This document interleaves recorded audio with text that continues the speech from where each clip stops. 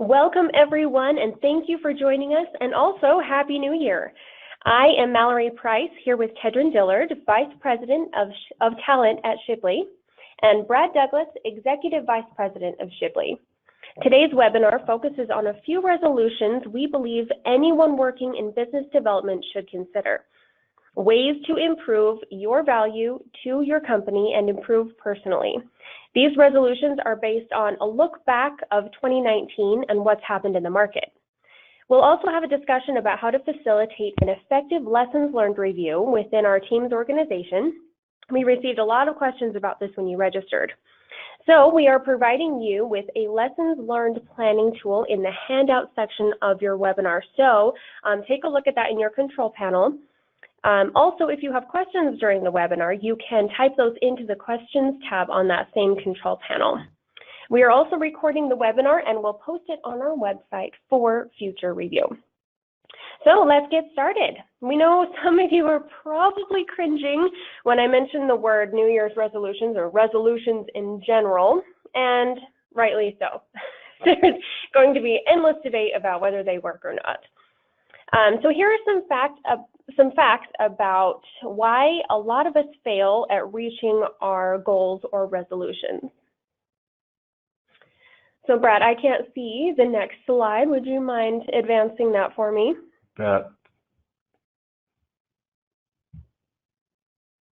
There we go. There we go.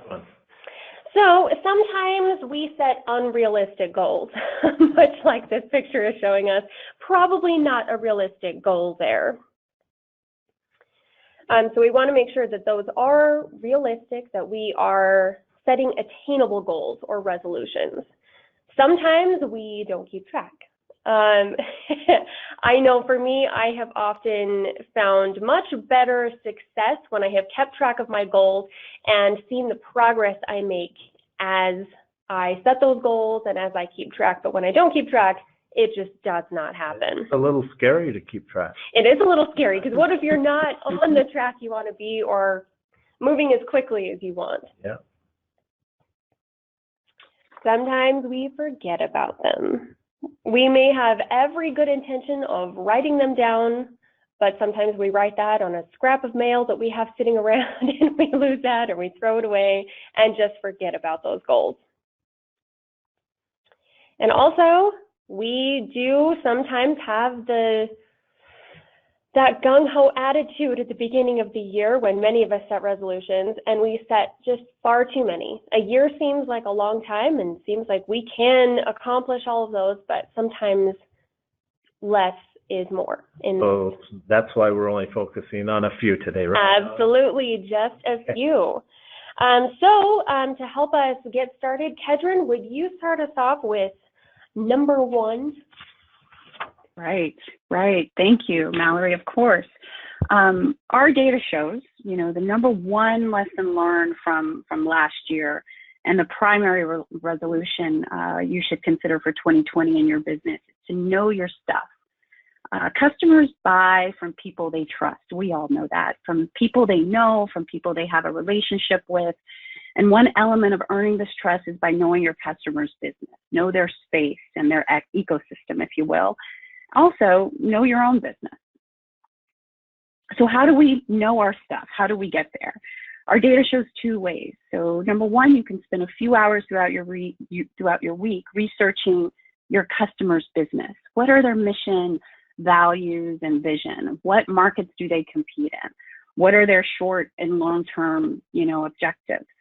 And you can use some of these findings as icebreakers or early talking points with your clients or prospects, and you'll be positioned as someone that knows their business. Secondly, spend a few hours per week expanding the understanding of your business. My job in overseeing talent is to regularly speak to candidates and employees, and I often hear the difficulty in working in siloed environments. So how do you familiarize yourself with your organization outside of your silo?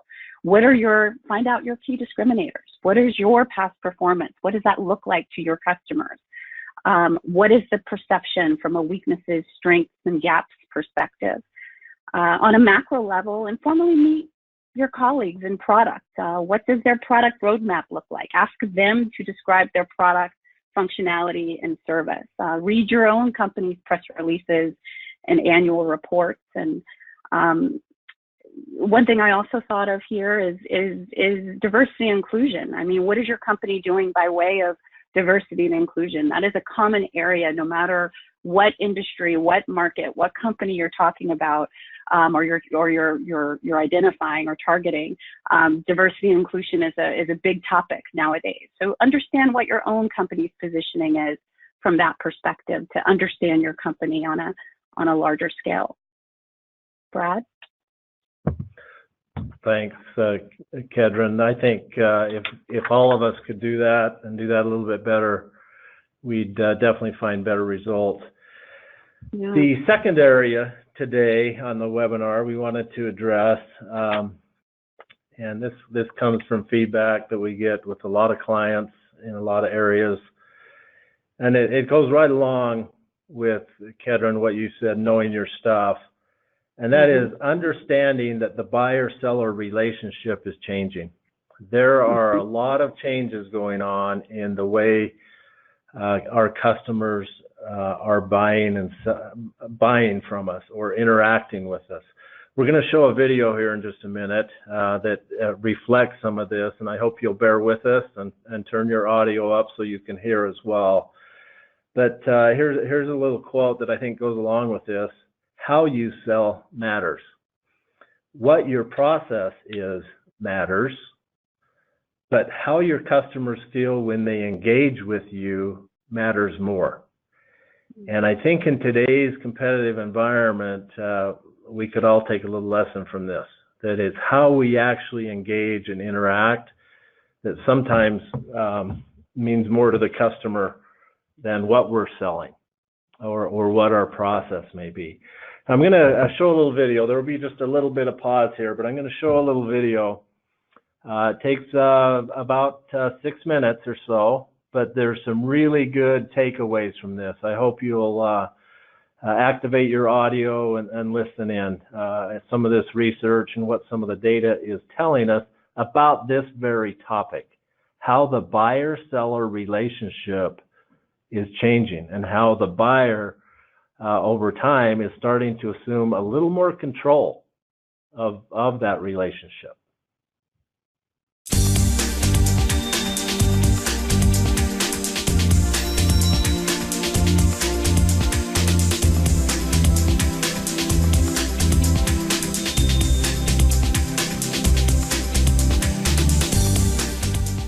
As consumers, the way we buy has forever changed. We no longer rely on physical shops. We visit stores out of choice and not necessity. And when we do decide to make a purchase, be it online or in a shopping mall, we know that the balance of power between seller and consumer has shifted in our favor. We've comparison shopped from the comfort of our computers, tablets, or even smartphones.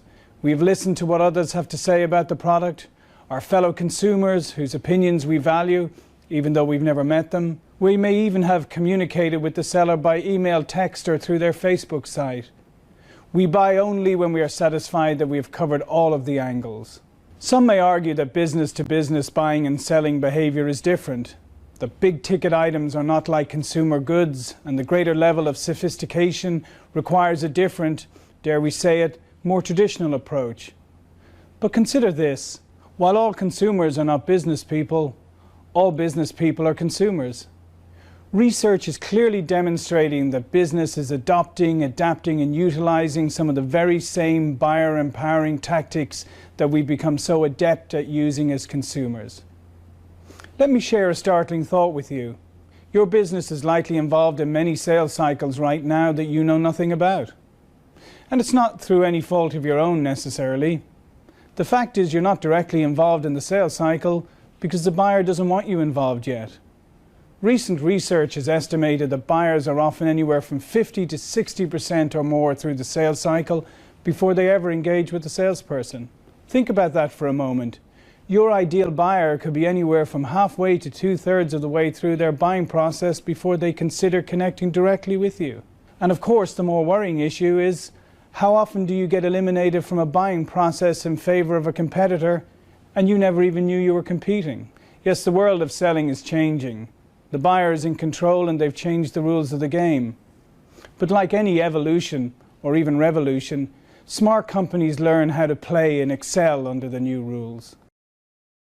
But surely, as some will argue, there is still a relationship element in every sale, a trust factor, a credentialing process. The truth is, there is a conversation taking place. This process is happening. It's just happening in a different way, and often with people other than the vendor. Information, for example, is being shared and exchanged with their peers through networking sites like LinkedIn. Or in fact, they are interacting with us, but not in overt ways like in the past. They may be asking questions on our LinkedIn group or accessing information for our website or YouTube site. The challenge that we have as sales and marketing professionals is by not being in the room, in the conversation, when that information is changing hands, we miss out on the understanding of how that information impacted the buyer. We don't see their body language. We don't see if they're interested and engaged or disinterested and disengaged. Individual salespeople have to be able to target messages to constituencies within their customers' organizations. There's no such thing anymore as a standard message or a standard value proposition. That has to be customized and tailored and focused toward individual constituencies within individual customers. Every salesperson needs to understand what comes up when they Google their company name, their product names, when they Google their biggest customers. They need to know what comes up because that's exactly what potential customers are doing. By the way, here's something else that most salespeople don't know, and I would challenge salespeople on this. If you're about to have a conversation with a potential customer, many of those potential customers will Google you or go to LinkedIn and find out information about you personally, you as the salesperson. If a whole bunch of great information about how wonderful and helpful you are and maybe your blog and your Twitter feed comes up, wow, that's pretty interesting. This person's pretty happening out there. Obviously, the market trusts this person. Look at all the comments on their blog. Look at how many people are engaged with them by following them on Twitter. Maybe I should trust this person. Nobody does that. Salespeople don't do that, because they're focused on this old way of thinking. Sales in the modern era is still about creating value, but the way that value is created and the media used to create that value is changing. A salesperson today becomes part researcher, part micro-marketer. They need to have a greater level of business acumen than ever. They need to be insatiably curious about the business of their customers, even when those businesses are spread across multiple segments and verticals. They need to be bringing insight and ideas to their customers and creating value at every juncture of the buying cycle, understanding that the velocity of business change is only increasing. Changes are happening faster than ever before inside the customer. And the winners are getting in there before a need develops. What they're doing is they're challenging the customer with ideas, with possibilities, more and more looking to create value and to keep a presence there in the customer. Bottom line is that the successful salesperson going forward will not be relying on one or two modes of interacting with the buyer, but will be adept at seamlessly leveraging everything from face-to-face selling to indirect selling through value creation in online groups and everything in between. Furthermore, it becomes critical that a selling organization understands that their messages, their communications, regardless of how it is delivered, must be buyer-focused, it must be consistent, and it must be valuable. It cannot simply fluctuate from marketing broadcast speak to sales product push, but rather it needs to be insightful, targeted, value-creating at every stage of the buying cycle. The solution is simple. If we focus on the buyer, learn their language and be guided by their preferences, and seek at every interaction, whether direct or indirect, to create value for them, then we will be very successful. But, as with all things, simple does not always equate to easy. Hope you were able to pick up on that. We had a few audio glitches, and hope that got through to you okay. But there were so many key points there to just reinforce this idea. What we're learning more and more about in business development is that the buyer-seller relationship is changing. And some of the main points that came out of that video, focusing on the buyer is critical. It gives us a competitive advantage. Speaking their language is important. And going back to Kedren's first points, just know your customer and know your own business. So as this relationship is evolving, these were some of the findings from the Huthwaite research and from a Harvard Business Review study. Sorry, let me make sure my screen is showing again. Hang on.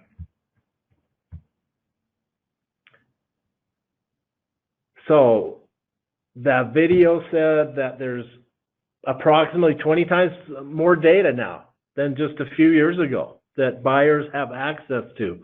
It says that they're better informed. They gain information much earlier in the buying and selling cycle. There is a lot more of the sale going on early. The buyers are 50 to 60% into the sales cycle before the salesperson or capture manager, whoever it is engaged. Sales and capture professionals will fail if they don't adapt to this changing environment between the buyer and seller. So that we all have to adapt how we sell, not just what we're selling. Back to Kedren's point a little bit earlier. Moving on now, the next number 3, lesson learned from last year and maybe an opportunity for a resolution for us. There are new and different ways of pursuing and looking for opportunities every single year, and they just keep surfacing for us. Here's a quote: 5 ways to speed up government procurement. So the government, if you're selling to the government and bidding to the government, they are looking for ways to move along, to speed up the procurement process, and we need to be ready for that. So here's a little quote we came across: procurement is often viewed as a monolithic activity in which program teams are expected to define upfront exactly what they need and then go after the perfect solution. But in today's digital era, it's folly to assume that the perfect solution today will still be the best solution in 3 to 5 years. So this last part is critical for all of us. As part of streamlining internal operations and procurement, agencies are beginning to experiment with agile techniques, moving much quicker, much more flexible.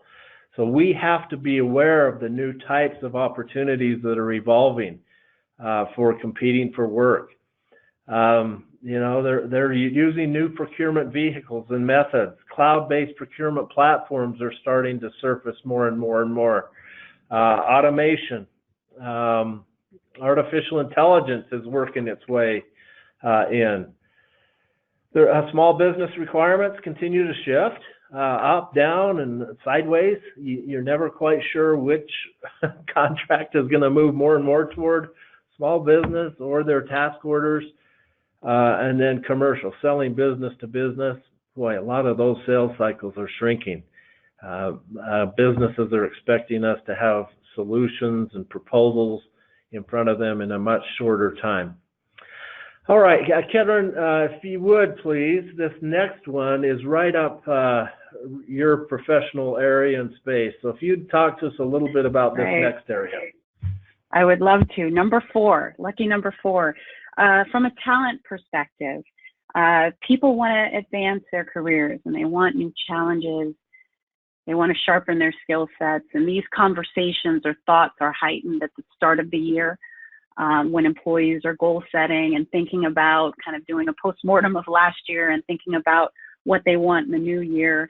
So where do they start? And typically they come to HR or talent to ascertain or find out that answer. Where do I start? How do I know what certifications I should take, what professional development I should research? And first, I advise, I begin with kind of doing a general search on various job boards and seeing what's out there in your kind of space in your area of expertise or your practitioner area, and see what the qualifications that are listed for those particular jobs. And you'll see a few here. You'll note a couple of themes. APNP certification is noted. Project management credentials are desired. PMP, Shipley training is another one that you'll see. So that's kind of a first start, in terms of, where do I start? Where do I put my effort in terms of research? So for 2020 is what I, typically advise, just as I mentioned, identify a couple of trainings and our opportunities that you want to research. I recommend everyone, aligning with your supervisor or your company's established credentials or certification programs that they have in place. But these are a few. I've mentioned APNP and the various levels of certification that APNP has at the foundation level, at the professional and practitioner level. We talked about PMI, strategic and competitive intelligence professionals. These are organizations that you can research and find out what do they have by way of classes and courses and certs. Shipley has a business development certification. Also, some others are Six Sigma certifications for process improvement. Again, I advise you to align with your organization's kind of already establishment with these courses. But research Six Sigma, research Toastmasters. That's a nationwide, actually an international-wide organization for public speaking and leadership. And finally, don't hesitate to reach out to your recruiter or to a recruiter in your HR department. And I can speak from personal experience, having had that role a few times in my career. Recruiters typically spend the days combing through resumes for the various jobs that they're hiring for. But the benefit that they have internally, especially when you're trying to goal set and establish or expand your skill set, is they have repeated and direct conversations with hiring managers. So typically they know what hiring managers are asking for in terms of skill sets, in terms of development, because they have to know when you post roles. So they are a good resource for you when you're thinking of how to sharpen your toolkit, if you will, from a personal perspective. That's so important, Kedren. Thank you for that. So yeah, I'll encourage everyone to think about your own career path and credentials. Yeah. That's so important. This next area that we're going to talk about, this is an area where we find, as a lot of you know, Shipley does a lot of training, and we work on a lot of actual proposals with client organizations that we work with. And one of the challenges we continue to see is the challenge of being able to come up with a value proposition. It's misunderstood. Everyone seems to have their own definition of what a value proposition is and how that should be represented in our proposals or to the customer. So this is the next area as far as lessons learned, is we've learned that it's still very, very difficult for us to settle on a value proposition or to create one. So the resolution is we have to be good at creating a value proposition for each customer. This came through loud and clear in that video. If we cannot present value to the customer by speaking their language, by having something different and better for them to listen to, it doesn't matter. Now, Mallory, I'm going to put you on the spot a little bit. Okay. Mallory sometimes drives a truck to work, and you were just barely in the mode of shopping for tires for this new truck. Mm-hmm. Were any of the salespeople good at creating a value proposition for you as you looked at all of the variables in buying tires for your truck? This is actually really funny because in my house, my husband is the one creating value propositions for me. He's the one trying to sell me and using value to do it. He'll come to me and he'll say, Mel, this is why we need these tires. I can do this, and I can do this, and I can do this. And we we can do this, and it will be a quiet ride and a nice soft ride, and you'll hardly feel those bumps at all if we get those tires. So I'm sure the salespeople do that to my husband as well, but he is the salesman to me, so he's absolutely crazy. And he's the one that uses the truck more. So exactly. So it is important that the value be targeted to him. Yes. Perfect example. So let us learn from that. We need to know what the customer cares about and what they value, you know, and sometimes there's multiple customers. We need to be able to satisfy everyone. So here's a quick definition. I won't read it to you except the summary there. In a nutshell, a value proposition is a concise message that tells the consumer, the customer, why they should buy from us or you and no one else. So let's talk about that. I'm going to pause here for a few minutes and just let you look at these statements. And in your own mind, put a green check mark by the ones that you think are legit and an X by the ones that you think are not very good when it comes to a value proposition. Just in your own mind.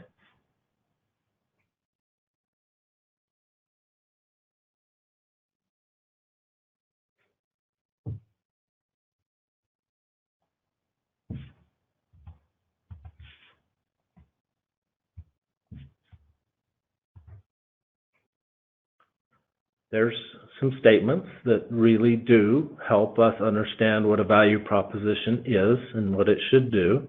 I'll let you look at those for a minute. And the remaining ones are just the opposite. There is no one-size-fits-all value proposition. That's why it's so hard sometimes to come up with them. Look at the left, that X on the left there, confusing, complex, difficult to remember value propositions. If we get too technical or too detailed in a value proposition statement, it's confusing to the reader, to the customer. So that's a good checklist of what a value proposition should consist of and what it shouldn't.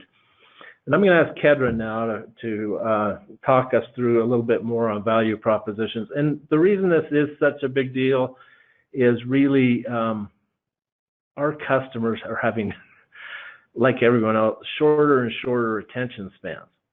And whether we're preparing a briefing, an email, a proposal, a white paper, whatever it is, these value proposition messages need to come through loud and clear. So Kedren, will you walk us through some examples of this and what it should contain?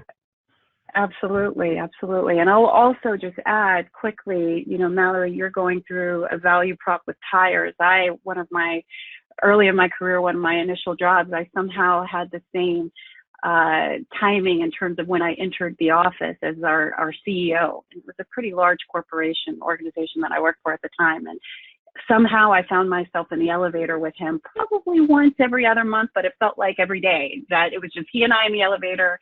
He was on the 11th floor and I got off on the 7th, and you would think that it was the elevator ride felt like 10 minutes, but he was one of his things were to turn and say, who are you and what do you do or what's on your plate this week? And so I found myself having to create and being ready to have an elevator pitch go every time I encountered him. So an evolution or a variation of a value prop, one would argue, is just as important in your own brand. You know, when you're introducing yourself to a prospect, I think the video talked a little bit about that.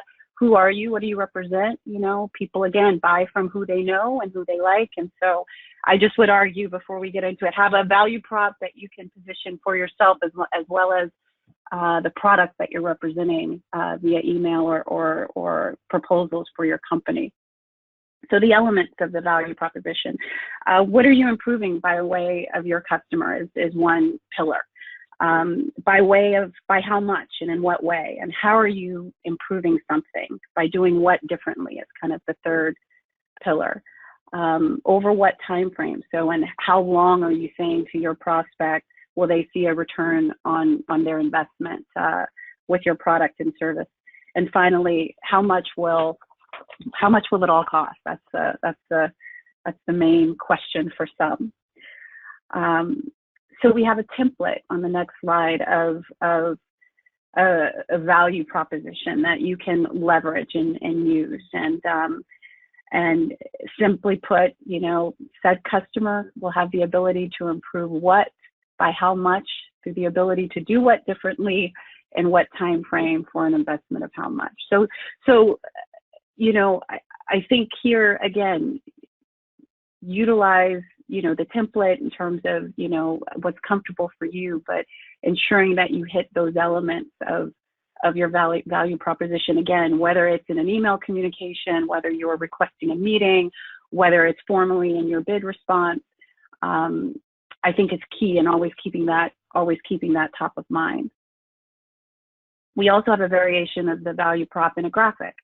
So this would obviously be, is leveraged quite well in a proposal response. But again, the same flavor, the same elements, the same pillars are spoken to here in graphic form as they were in text.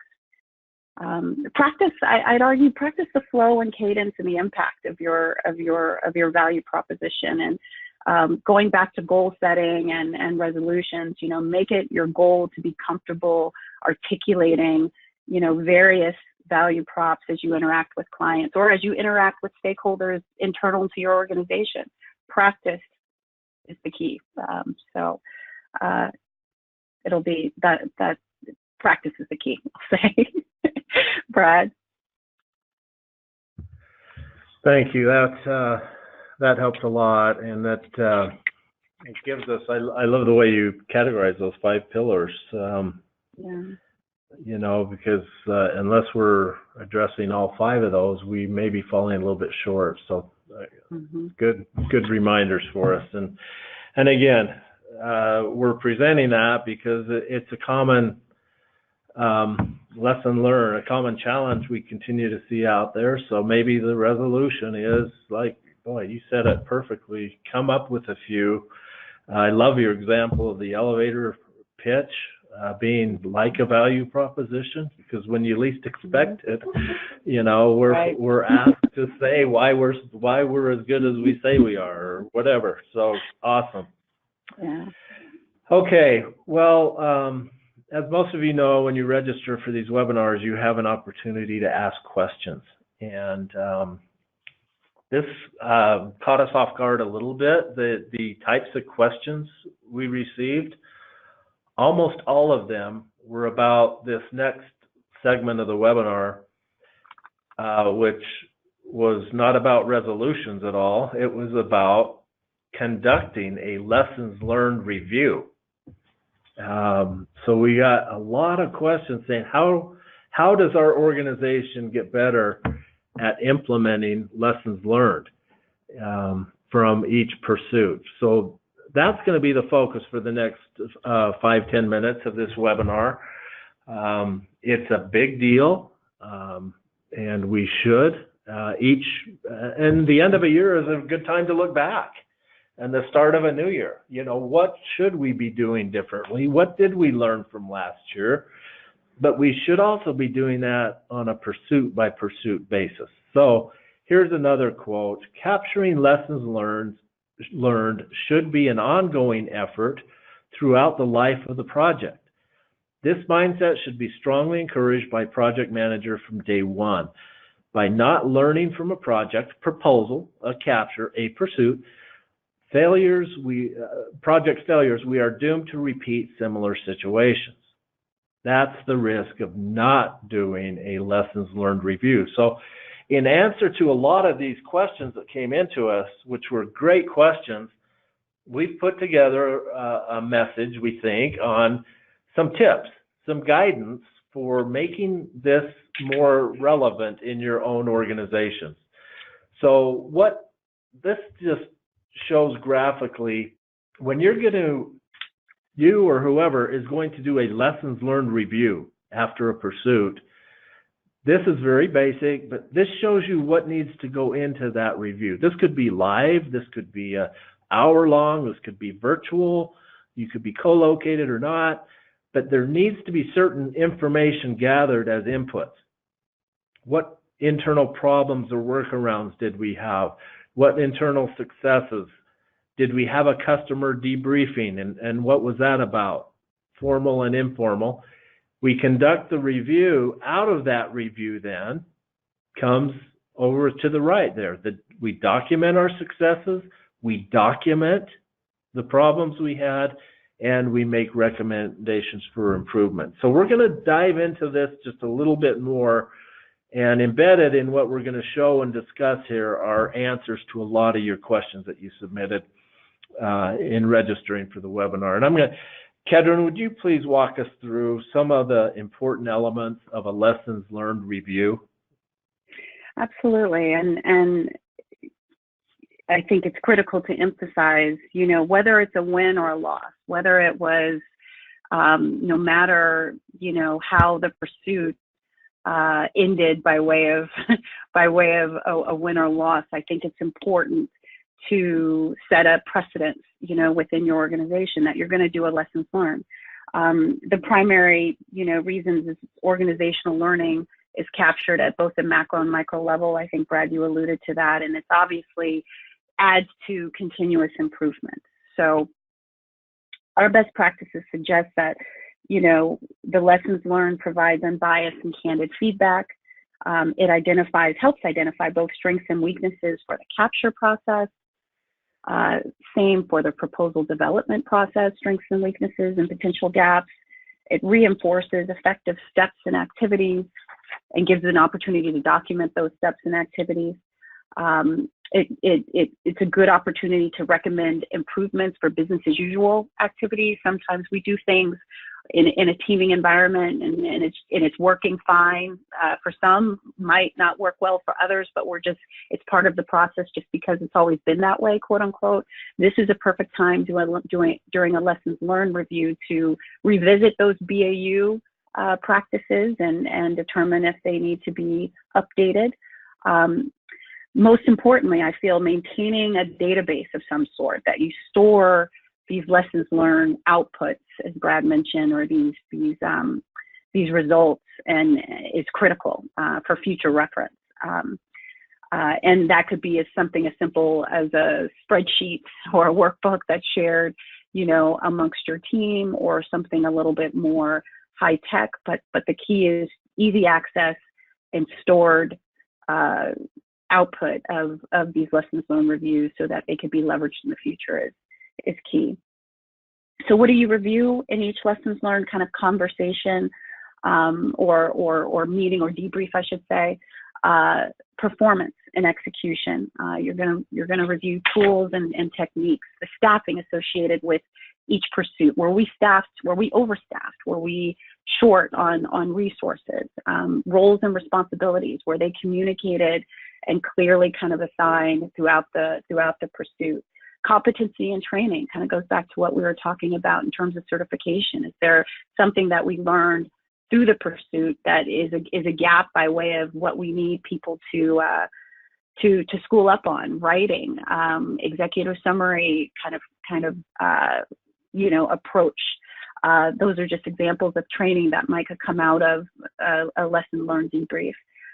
Timing and appropriateness of meetings, etc. Updates, the resources involved, and leadership support, and funding, decision milestones, key documentation. Again, all elements of almost agenda items, if you will, of a lessons learned debrief. I would also add here communication, even though that is a relative topic or subjective topic, if you will.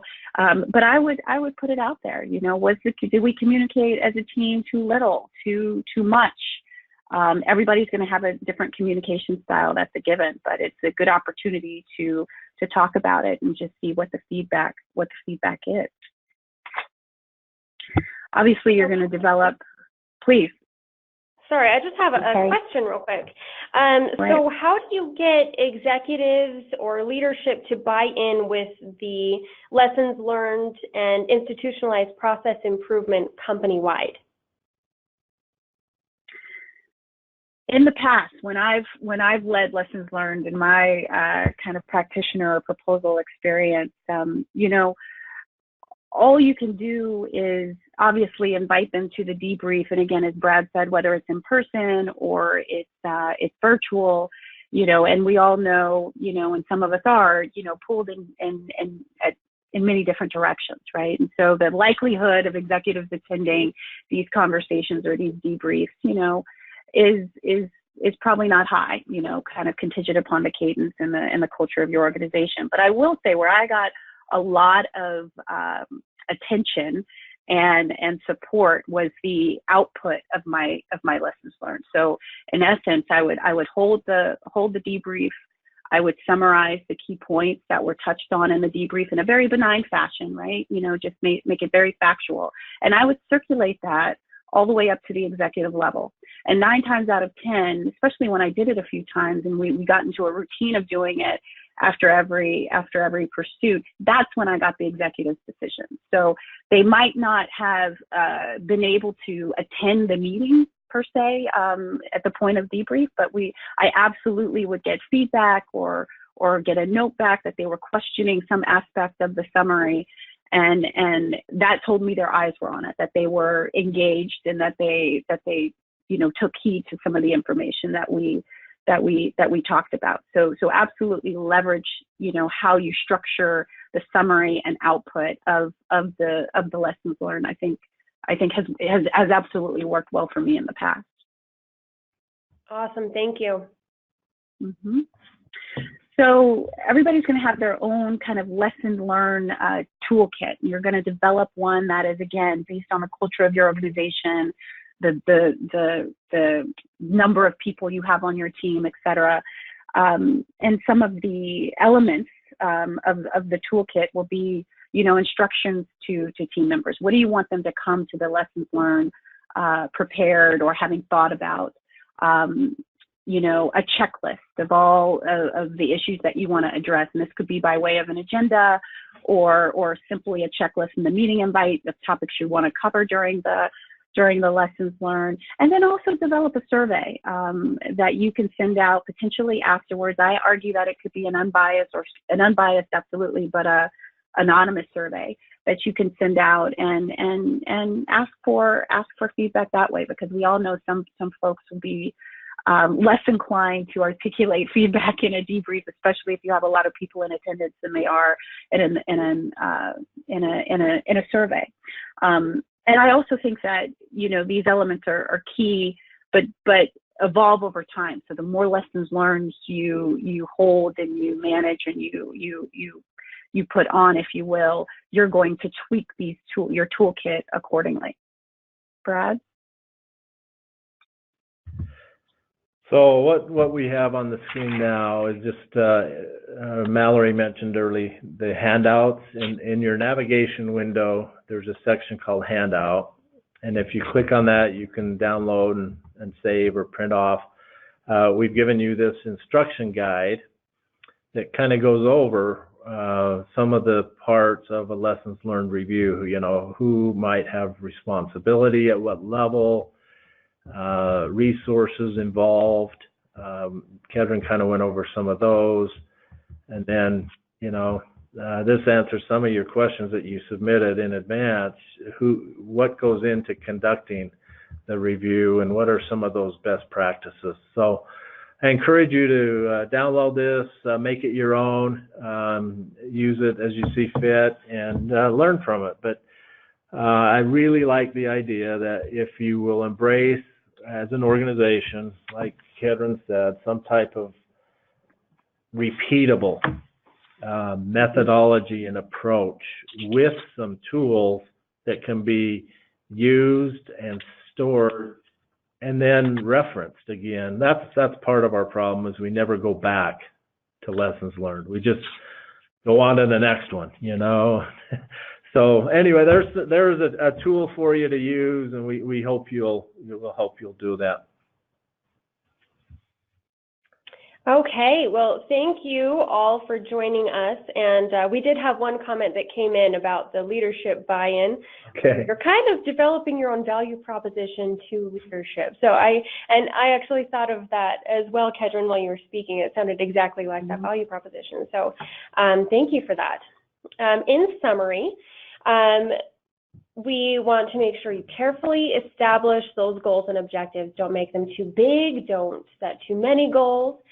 Understand the current buyer and seller environment. That will help you exponentially as you prepare for this upcoming year. Know your customer and your company capabilities. Invest in yourself, professionally develop. There are many, many organizations, as we showed you, that can help you with that. Develop a value proposition for each opportunity. Showing the value is very important to make the work go forward. Learn from each pursuit. Let lessons learned work for you, and we hope that it does. So we have talked about lessons learned in business from 2019, and we hope that these things will help you go forward in 2020. And to help you continue to develop, we have some new webinars coming up, and we hope you will join us for those. And Brad, is there anything you'd like to add before we end? No, I think we got to the questions that were submitted. And Kedron, thank you so much. And Mallory. Thank you. Been very helpful. All right, well, thank you. And as a reminder, this webinar presentation will be available on our website by tomorrow. Thank you for joining us, and we hope that 2020 is a fantastic year for you. Thanks, everyone. Thank you.